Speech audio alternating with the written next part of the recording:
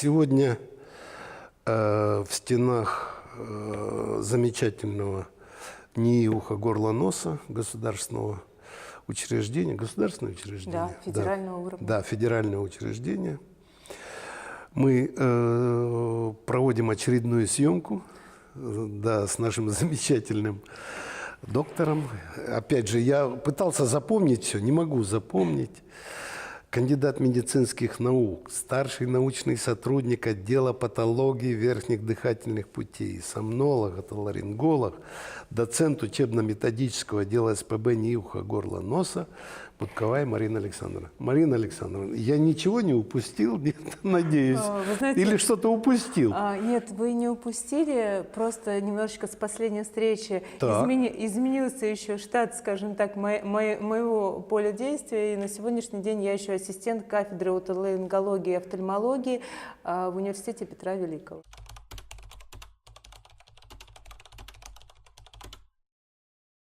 Ну а сейчас, уважаемые наши телезрители, мы находимся, собственно, в кабинете доктора Марины Александровны Будковой, где вот она сейчас, вот буквально в эти минуты производит послеоперационный осмотр пациента, которым она сделала вот эту вот сложнейшую операцию по той, собственно, теме, о которой мы ранее говорили. Тема апноэ. Это самая болезненная, самая серьезная тема, о которой только сейчас, в настоящее время, по-настоящему начинает задумываться. Я скажу больше того.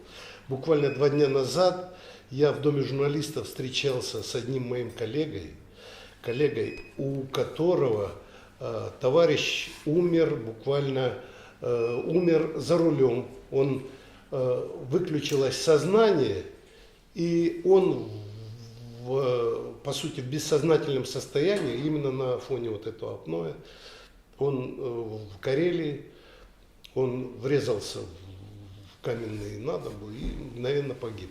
То есть эта проблема, она действительно становится очень важной, актуальной и серьезной. Ну а практически, общаясь с человеком, которому была произведена операция, я думаю, вы сами все увидите вживую, как говорится, без всяких теоретизированной с моей стороны, а чисто на практической основе. Прошу. Добрый день, Сергей. Как ваше самочувствие? Прошло 7 месяцев после выполненной фарингопластики с двусторонней торакозолэктомией. Как самочувствие? Самочувствие отличное. Самочувствие отличное. Я так себя не чувствовал последние, наверное, 7 лет. Я засыпал за рулем, причем засыпал каждый день. И я мог проснуться уже вот буквально, когда машина сама останавливается, очень какие-то опасные ситуации. Последний год до операции я с утра не садился за руль вообще. С учетом того, что мне все-таки 40 лет, у меня 2 детей, мне уже страшно было просто ребенка до школы довозить на машине. И постоянно у меня было состояние какого-то невысыпания, я постоянно хотел спать. Это злобу вызывало, агрессию, я с утра не мог вставать. Это все время было с каким-то скандалом, каждый день борьба с собой, вот, чтобы мне встать на работу, куда-то собраться. А сейчас я каждое утро езжу за рулем, бодро, весело, я стал высыпаться, я стал видеть сны. Я годами не видел вообще снов, сейчас я вижу сны каждый день. И совсем маленькая доля храпа у меня осталась. И то, когда вот засыпаю на спине, ну вот Марина Александровна сказала, не надо спать на спине, надо на животе спать, приучать себя. И делать упражнения. Вот если я буду все это поддерживать и делать, я считаю, что она просто чудо совершила. И большое вам спасибо. Человеческое никогда не забуду, правда. Слушайте, я рада, мы прошли сложный путь. Скажите 2 слова, вот как самые тяжелые моменты после операции? Все-таки как болевой синдром долго вас беспокоил? Ну, реабилитация, она тяжелая для взрослого человека, когда ты привык уже жить в какой-то комфортной ситуации, питаться, когда тебе хочется, есть, что тебе хочется. И, конечно, первое время мне было очень больно и очень страшно.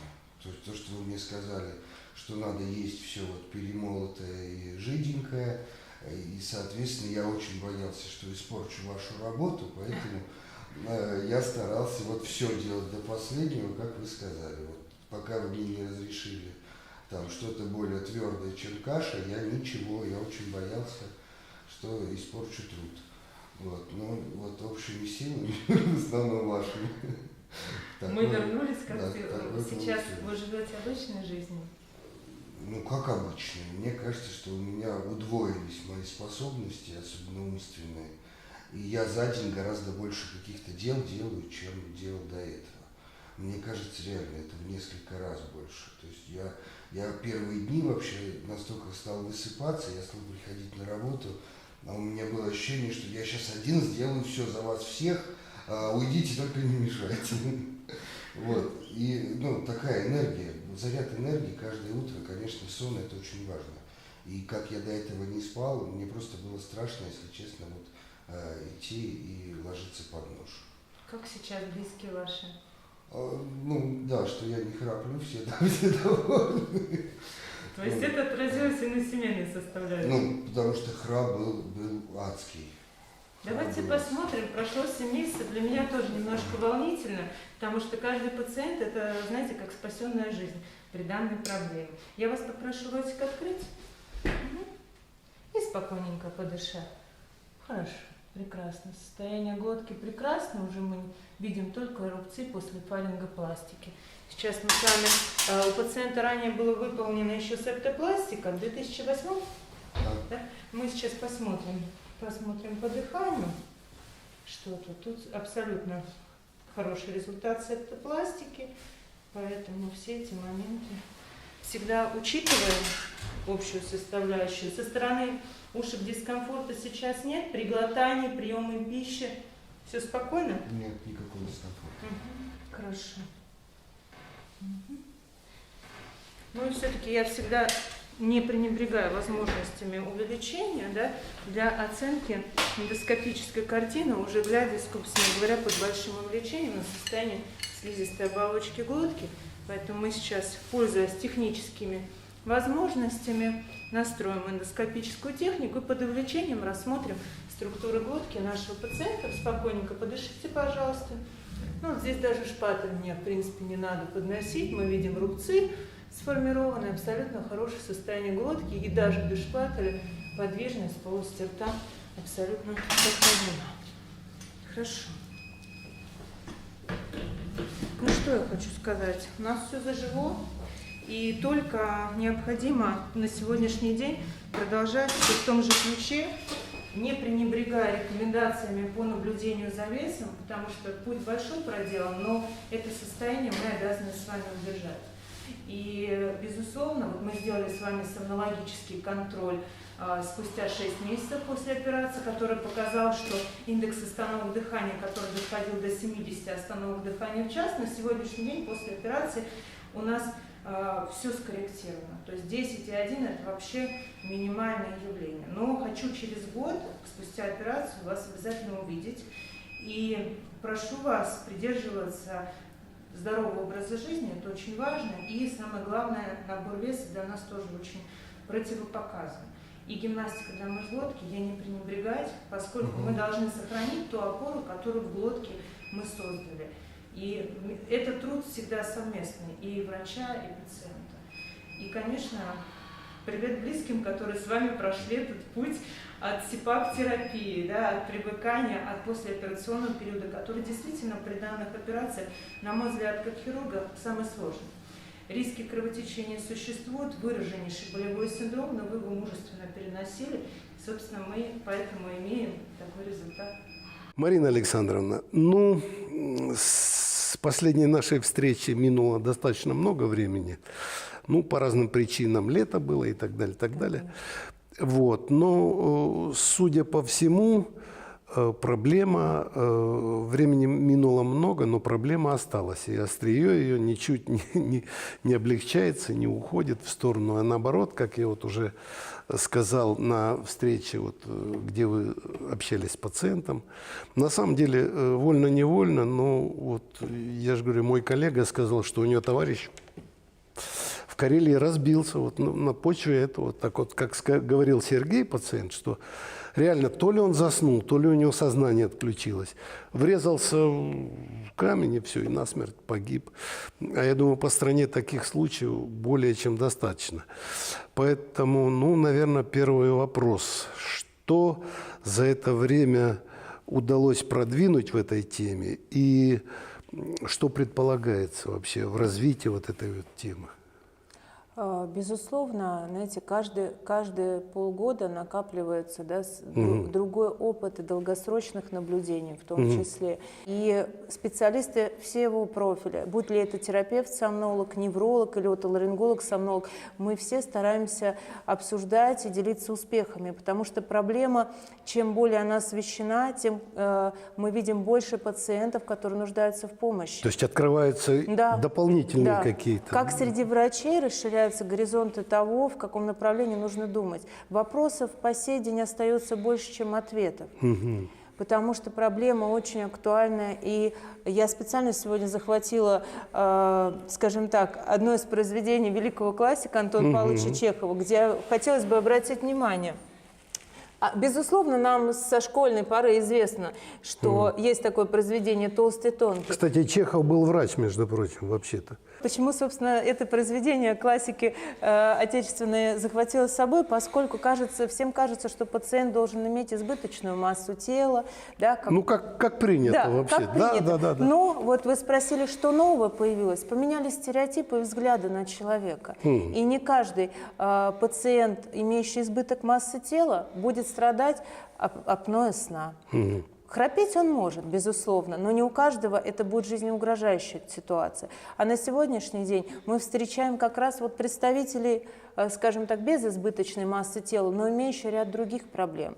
А с чем это связано, вот безизбыточное? Что? Это может быть... Новая ветка образовалась, получается? Больше, скажем так, это и было, но на сегодняшний день к ним приковано внимание, что если пациент худощавого телосложения, да, жалуется на храп, который мешает близким, то это повод его обследовать. А если пациент еще предъявляет и жалобы со своей стороны в том, что он может засыпать за рулем, в транспорте, где угодно, то это повод еще повышенного внимания к нему. И в данном случае избыточная масса тела – это не индикатор неблагополучия в отношении остановок дыхания.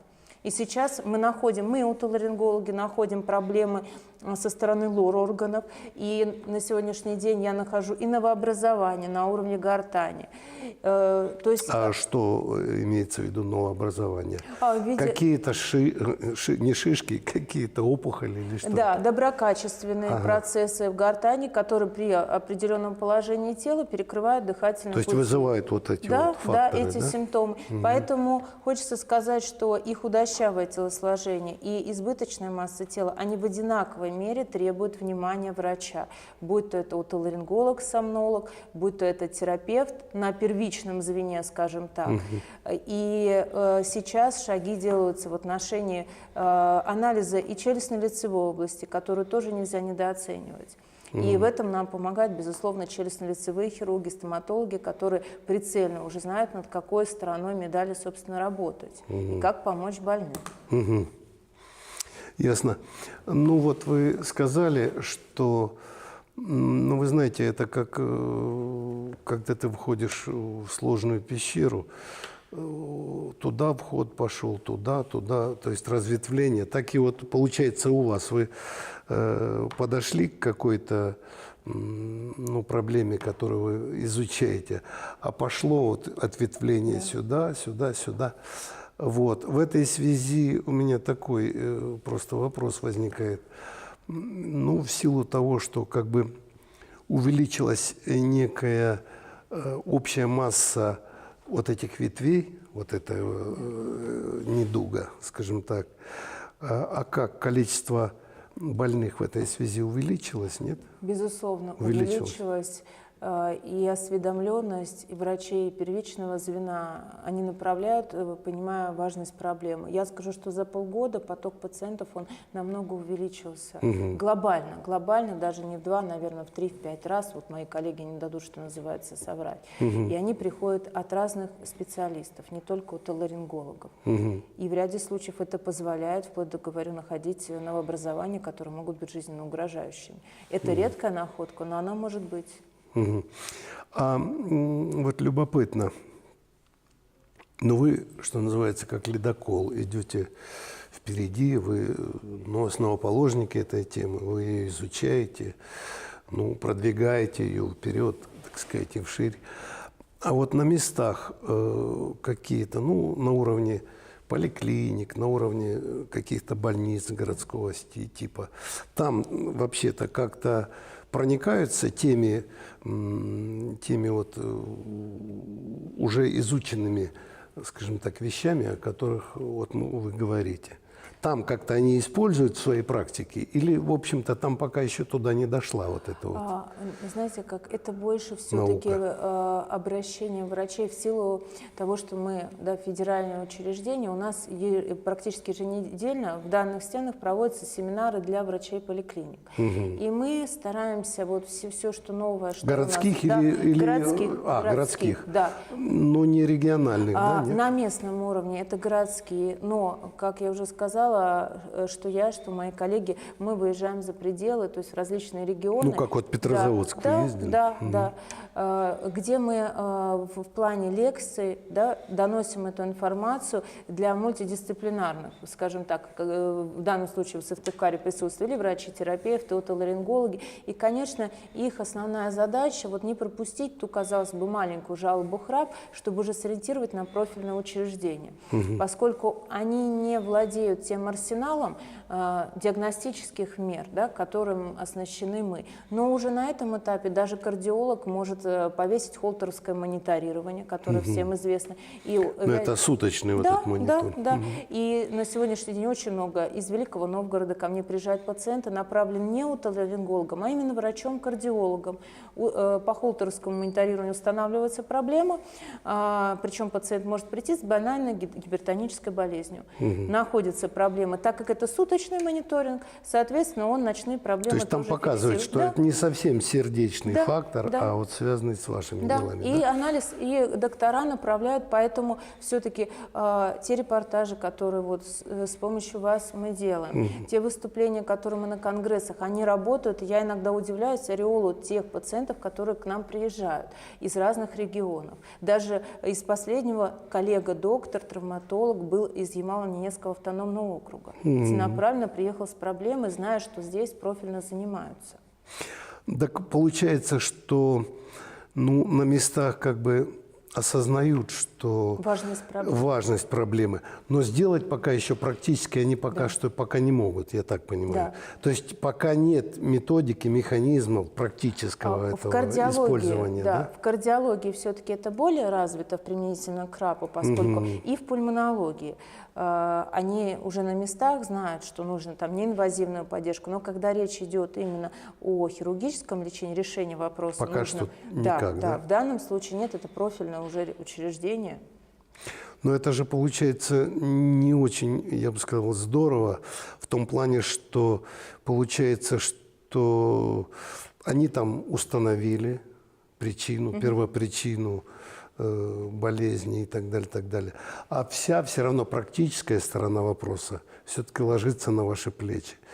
Наверное, все-таки есть необходимость расширять уже практический вот этот вот инструментарий этого дела, чтобы это делали уже, по крайней мере, не на уровне районных поликлиник, а на уровне городских больниц, там, в том же Новгороде, там, то, что вы говорите. Да, безусловно, это сопряжено с тем, вот это как-то планируется вообще расширять? Безусловно. И доктора, видя, скажем так, положительный эффект у своих пациентов, да, тот же кардиолог, увидев положительную динамику после нашего лечения, безусловно, они начинают углубляться. И я знаю, что ряд докторов на сегодняшний день пытаются, да, подают заявки, оснащаются диагностическими аппаратами, которые могут именно прицельно на сон. То есть вот в режиме сомнологии расширяется ореол вообще подключения врачей. Это все работает. Да, не быстро, но это работает, и профиль специалистов очень широк. Столько внимания приковано. Ну, то есть, может, я в этой теме, вы же понимаете, это как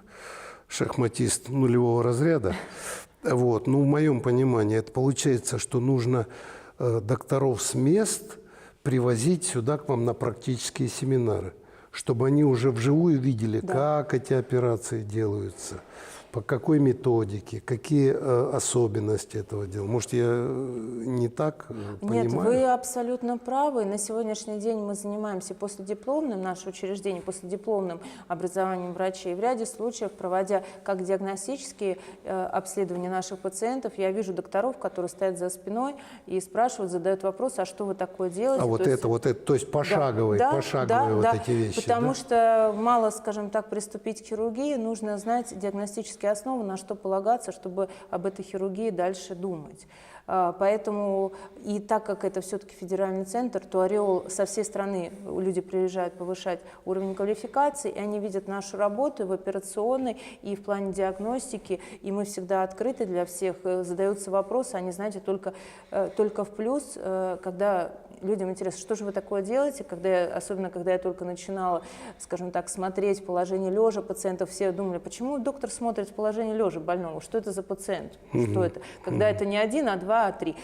И углубляясь, они понимали, что этот пациент проходит специальное обследование. То есть так, это не потому, что ему плохо, а потому что нужно оценить определенные параметры. Ну, вот именно так, это нужно вот так. А для многих это было ново. Я скажу, что лет 10 назад для меня это тоже была такая отрасль достаточно далекая. Впервые в 2017 году я попала на французский конгресс, который так и назывался «Гипноз», совместно с сомнологами. И вот тогда, собственно говоря, начался мой путь как отоларинголога-сомнолога. Ну, Марина Александровна, я, может быть, я со стороны так сужу, да? Мне кажется, что, ваш институт, и оснащен неплохо, может, я чего-то не знаю. Может, чего-то нужно добавлять, что-то. Наверное, это так. Нет, я к вопросу о чем. Вот я знаю всякие НИИ, Алмазова, допустим, да.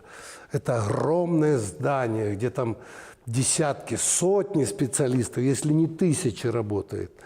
Ваш НИИ, он очень компактный такой. Он как-то, он какое-то такое, маленькое такое здание в центре города. Очень такой занимает, очень небольшой объем. Я к вопросу о том, что в силу этих больших проблем серьезных, нет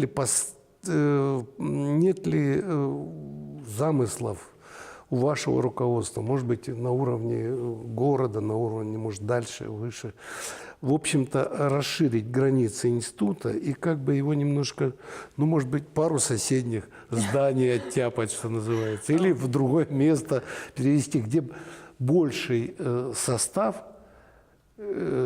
профессионалов работал, большее количество и больший охват пациентов был бы. Все-таки, как я понимаю, вы по объективным причинам не можете, что называется, прыгнуть выше головы. Вы можете принять определенное количество пациентов, прооперировать. А если бы была не одна Марина Александровна, было бы их 5. Или вы поняли мою мысль, да? Подготовленных больше сотрудников. Это был бы гораздо больший эффект и больше возможностей было. Нет таких планов, в общем-то? Или вы просто не в курсе? Нет, я скажу так, что большой, знаете, революционный момент был в том, что у нас есть, мы еще не встретились, но у нас есть вторая база, это санаторно-курортная база на Приморской, где сейчас, то есть если раньше у нас детская реабилитация размещалась здесь, то на сегодняшний день она вынесена за пределы. То есть маленькими шагами, но... То есть все-таки движение идет? Безусловно. Да. Я бы сказала, это прорывное движение, поскольку за 3 года изменился совершенно коечный фонд в сторону увеличения. Поэтому в этом направлении все идет, и только вперед, могу сказать. Замечательно. Маленькими, но надежными шагами. Замечательно. В этой связи просто Хотелось бы что сказать, что мы, у нас такое маленькое пожелание, ну, не к нашим телезрителям, а чисто вот с точки зрения журналистской, профессиональной, нам бы очень хотелось как-нибудь подснять, ну, со стороны, может быть, из-за стекла, из-за барьера какой-то, подснять ход какой-нибудь операции, понимаете? Это, в общем-то, возможно как-то Да, так договориться, да? Безусловно, это возможно, и мы просто продумаем, скажем так, Да. время. Мы станем за стеклом с Лизой, мы примем душ, понимаешь, что там нужно, окатим себе спиртом там, или чем-то, ну, чтобы быть продезинфицированным. Нет, опыт И такой. подснять вот именно процесс, именно операционной съемки. Это вообще интересный сам ход операции, Безусловно. потому что я много видел съемок, когда оперируют, ну и они в интернете есть, там операции на сердце, там операции на суставах оперируют, там ноги, руки оперируют. Но я ни одной как-то не видел, чтобы вот оперировали в области уха, горла, носа. Я, честно говоря, ни одной не встречал. Я думаю, это будет вот одна из первых наших таких революционных съемок. Я думаю, что мы этот вопрос с вами порешаем. Ну, друзья мои, я думаю, что мы сегодня немножко еще раз эту тему затронули. Мы ее расширили, углубили, как в свое время говорил незабвенный наш генсек. Вот. И я думаю, что в перспективе, мы будем продвигать эту тему в силу того, что она имеет очень важный человеческий, личностный характер, потому что если апноэ с точки зрения уже болезни – это одно, а с точки зрения семейных взаимоотношений, когда в каждой третьей семье там до скандалов доходит, когда муж храпит, а не дай бог жена храпит, и такое бывает, вы знаете, я встречал такие вещи. У меня там пару приятелей говорят: слушай, я ухожу в соседнюю комнату и беруши вставляю, потому что у меня храпит жена, как ефрейтор на фронте, честное слово. Поэтому это, на самом деле это еще и социальный очень важный аспект. Поэтому я думаю, что мы будем продолжать наши творческие взаимоотношения. И мы уже напросились, я думаю, что в какие-то перспективе, ну, отдаленный, ближний, мы обязательно отснимем процесс, операционный процесс. Ну и Марина Александровна нас будет держать в ходе продвижения этой темы во времени и в пространстве. На этом мы с вами на сегодня прощаемся. До новых встреч.